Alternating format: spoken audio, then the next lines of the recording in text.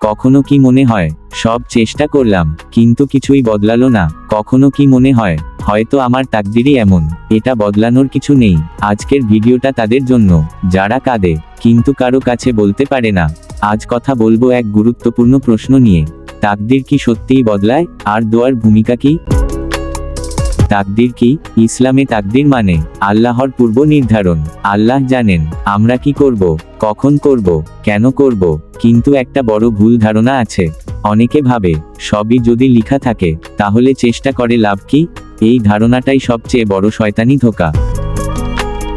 তাকদিরের প্রকারভেদ। ইসলামে তাকদির দুই প্রকার। এক, মুবরাম তাকদির, অপরিবর্তনীয়, যেমন জন্ম, মৃত্যু, মা বাবা, এগুলো বদলায় না। দুই, মুআল্লাক তাকদির, এখানেই দোয়ার ভূমিকা।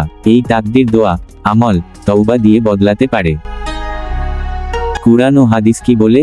আল্লাহ বলেন, নিশ্চয়ই আল্লাহ কোনো জাতির অবস্থা পরিবর্তন করেন না যতক্ষণ না তারা নিজেদের অবস্থা পরিবর্তন করে। সূরা রাদ 11। রাসূল বলেছেন, দোয়া তাকদিরকে বদলে দেয়। তিরমিজি। আরেক হাদিসে, দোয়া বিপদ নেমে আসার আগেও কাজে দেয়, নেমে আসার পরেও কাজে দেয়। তাহলে বলুন, দোয়া কি গুরুত্বহীন, নাকি দোয়াই তাকদির বদলানোর চাবি?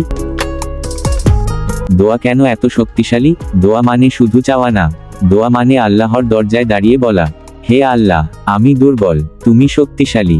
দোয়া অহংকার ভাঙে, মন নরম করে, আল্লাহর সাথে সম্পর্ক গভীর করে। অনেক সময় আমরা বুঝতেই পারি না যে বিপদটা আসার কথা ছিল, দোয়ার কারণে সেটা আসেইনি। দোয়া করেও ফল না পেলে? অনেকে বলে, আমি তো দোয়া করেছি কিন্তু কিছুই হয়নি। ভাই বোন, দোয়ার তিনটা উত্তর হয়।